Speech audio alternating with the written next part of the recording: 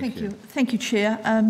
Ms Paul, have you conducted any analysis that estimates the change in student tuition costs as a result in the change to the Commonwealth Grant Scheme and student enrolment numbers in each course area? In terms of the prices that universities might charge, or in terms of the shift in enrolment, or in terms of... yes, the question was in student tuition costs as a result of the changes to the CSG and the enrolment numbers in each course. Yeah. CGS in this case. CGS, yeah. Commonwealth Grant Scheme. Anyway, we know what you mean. Commonwealth Thank you. Makes it interesting. CGS. Well, the whole nature of the reforms is that we create a deregulated market, and so actually, those things cannot be modelled with granularity at all, because...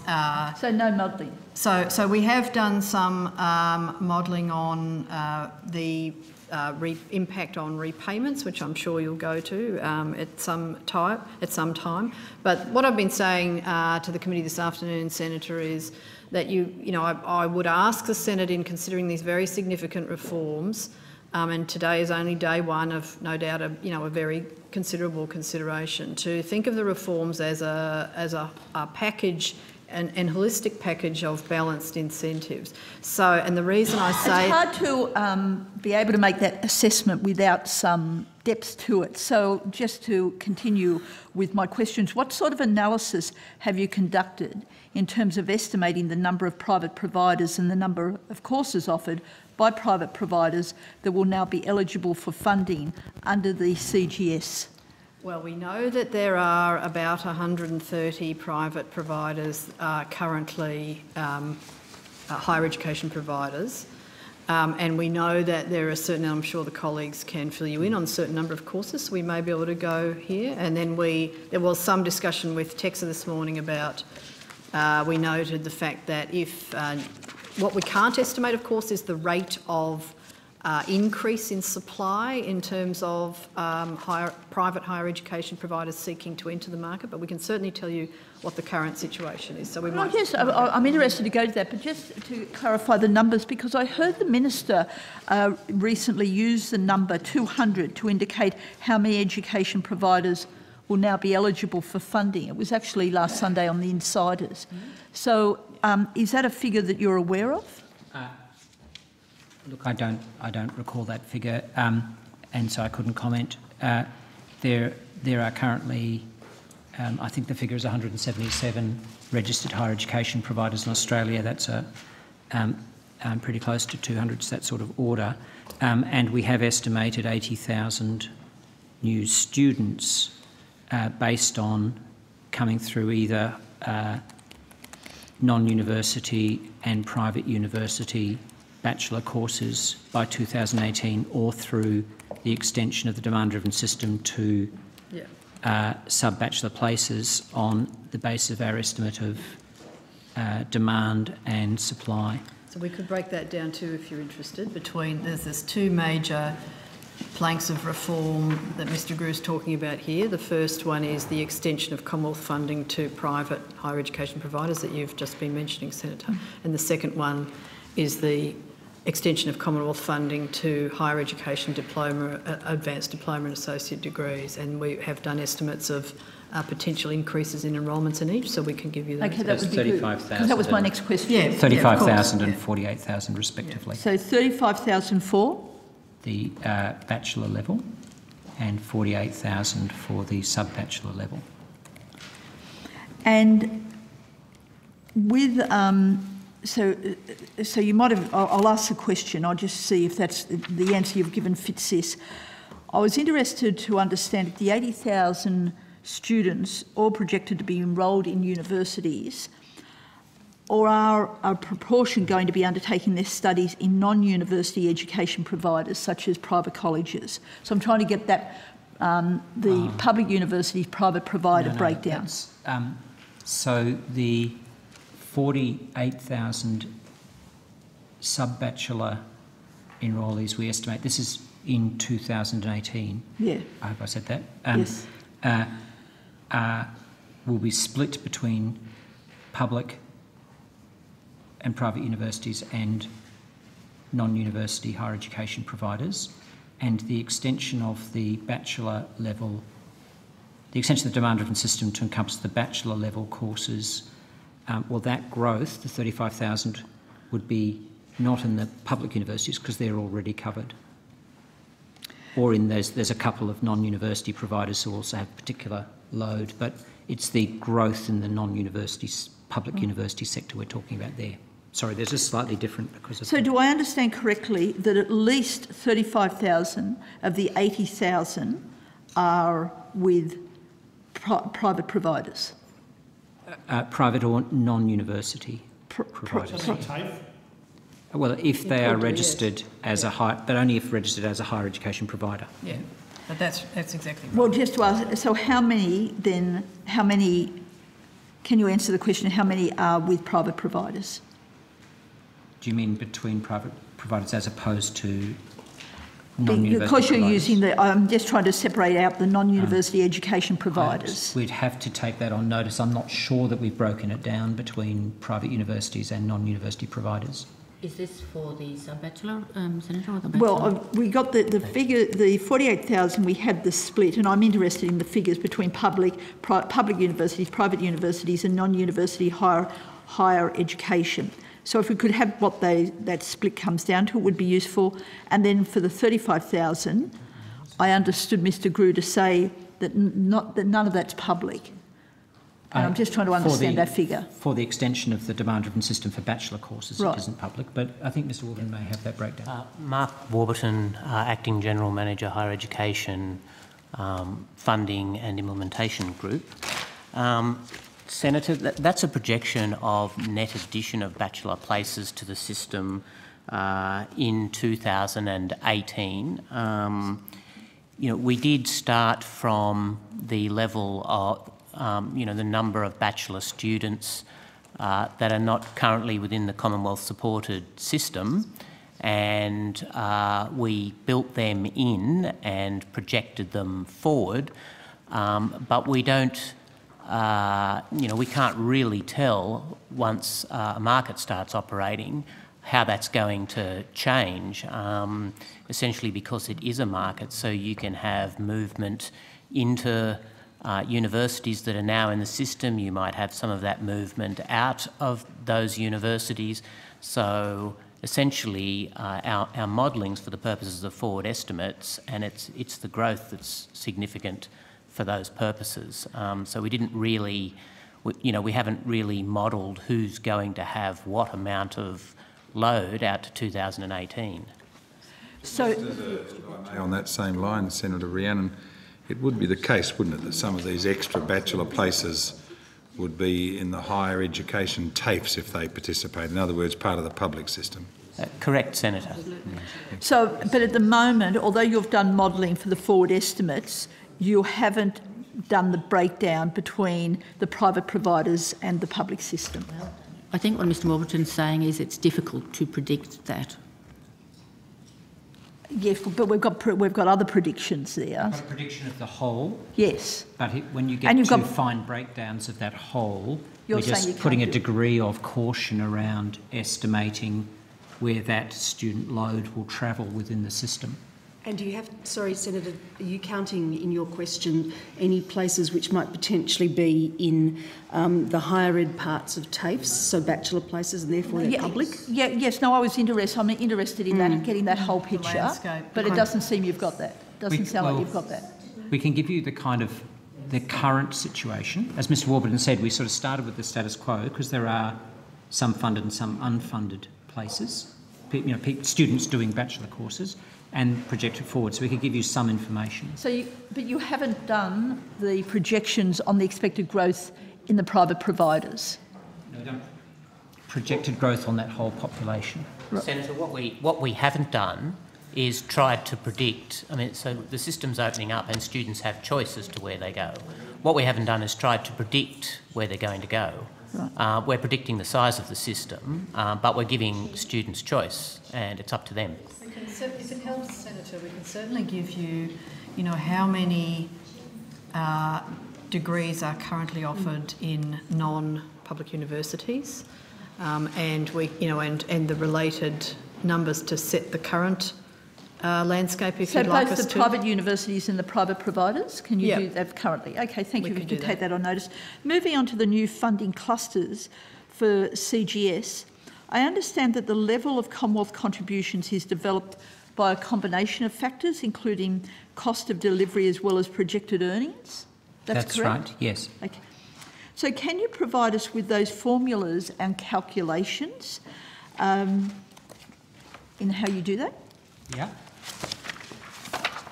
So I will give you my answer, and then Mr. Warburton may want to add, but I explained in answer to an earlier question that this goes back to the base funding review, which and a set of tiers based on the findings in that review, and creates funding relativities. So in broad terms, humanities has a funding relativity of 1, engineering, science, environmental science 2, dentistry, medicine, veterinary science and agriculture 3, and those are based essentially on the differential costs of teaching those courses, and then we have put into that another set of disciplines at a relativity of 1.5, i.e. between humanities and those heavier science courses, which includes a number of kinds of courses like computing, behavioural science, built environment education, visual and performing arts, which are intermediate in that. We've also then discounted one which has very high earnings to a lower tier level. So there's a formula approach and a set of judgments about the private earnings that have led to the discounting of one of those. So what I was just interested in understanding, will these new funding clusters apply equally across the board, regardless of the type of institution offering the course and the degree level? Yes. Do we have a consistency? Yes, except that the government has announced that there will be a discount on each of those levels, which is yet to be finalised for private and non-university providers. So then what I was trying to understand is, say we've got a sub-bachelor or a diploma degree in a particular area, maybe accounting, will that attract the same level of funding as a bachelor degree in that area? No, because, again, let's just separate the two. So the bachelor level courses provided by non-public universities will be discounted by an amount, and the sub-bachelor courses will be discounted by an as yet undecided amount, and the levels of those two discounts are going to be decided after consideration by the Funding and Implementation Working Group the Minister established on budget night, chaired by Professor John Dewar. So it's actually becoming more opaque, trying to understand this. I thought it was becoming clearer. The answer's, I think you've crushed Mr. Grew now. Seriously? The answer was, yes, there's a discount rate, as one might expect. Yeah, but there's so many unknowns here, and then it goes off to a committee, and there's a lot that hasn't been explained. No, this is about consultation. So there's a clear decision to discount both non-university provision of bachelor and sub-bachelor as opposed to bachelor, but the government was and the minister were particularly keen to hear from the sector the evidence that he should take into account in deciding what that discount should be.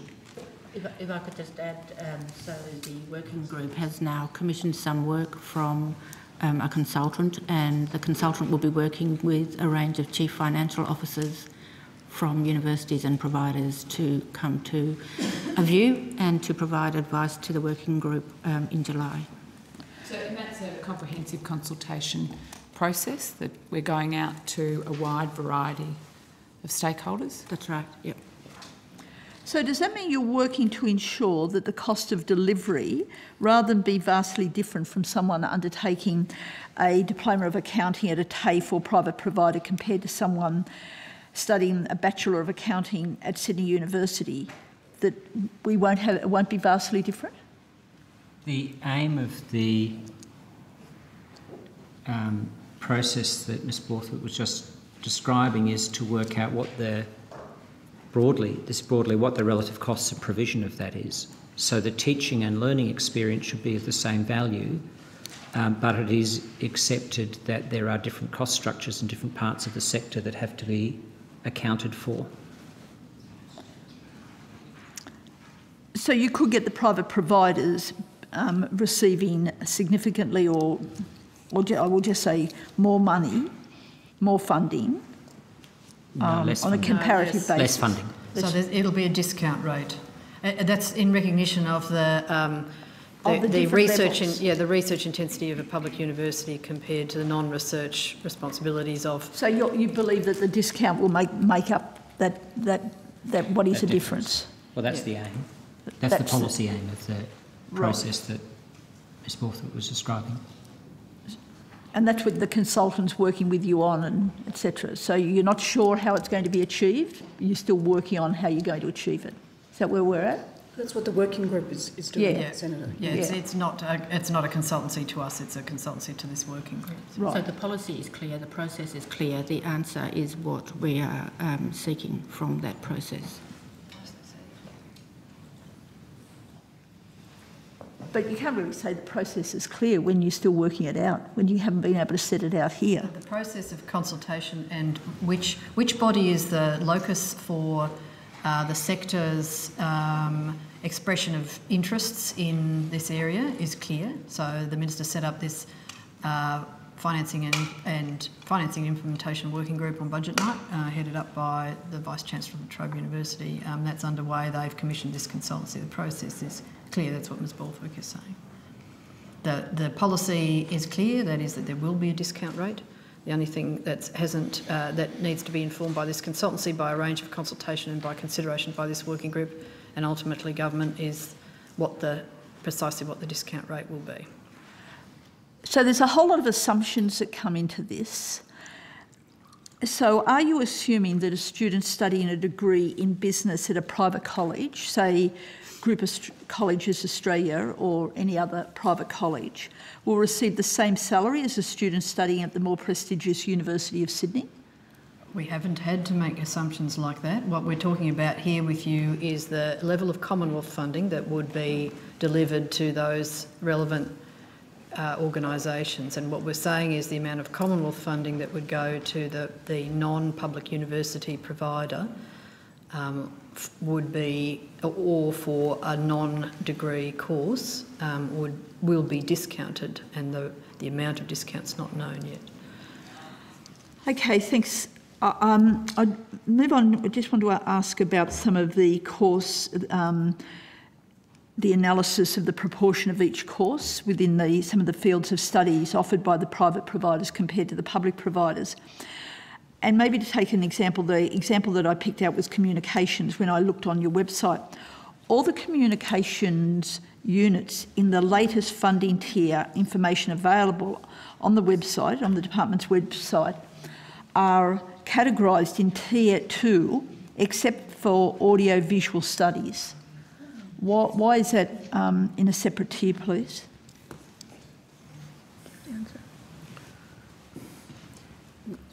Senator, are you talking about the current? Yes, I'm talking about the new system. No, I think you're talking about audiovisual has a different cost to teach than communication studies in general, I think is the bottom line. But they used to be with the rest of the communications in the previous system. All the comms, all the communications units were together. And now, from what I can see, this audio-visual studies has been pulled out and is in tier 2. That's correct, Senator. And I mean, essentially, my recollection of this is that it comes out of some of the work that was done in the base funding review, recommending because of the infrastructure needs, in that particular part of the cluster, if you like, that it receive a higher funding rate. Whereas it didn't think that that was justified for a large part of other aspects of communications that, you know, didn't require the level of equipment. Has there been representations from some of the private providers, considering the audio-visual studies unit is something that's popular with private providers, and therefore it's been put in a separate tier with separate funding rate? These were calculated before the private providers had any sense that they were going to be part of the system. Yeah, this work was done before the budget. They've not been calculated on that basis. They've been calculated on the basis that, as Mr Warburton said, this was first dealt with in the 2011 base funding review by Jane Lomax-Smith, and Mr Grew can go into the detail, but the reduction from 8 tiers to 5 tiers and the particular tiers that have been announced in the budget, which you're now referring to, have been settled based on both a consideration of the cost of delivery and a consideration of later earnings. And the officers can go into more detail if you wish. Not on the basis of representations. And actually, by definition, as Mr Grews just said, we could not have received such representations because the private providers didn't know of this until the same time that they knew that they might be eligible for Commonwealth funding. Okay, I'll come back to that one. Just to move on to mathematics and statistics, I noticed that that's been moved into a funding tier that will see them receive a higher level of Commonwealth support. That's correct, isn't it? That's right. So what was the intention behind that? Is that to encourage universities to reduce student contribution levels and increase the number of students enrolled in maths and science courses?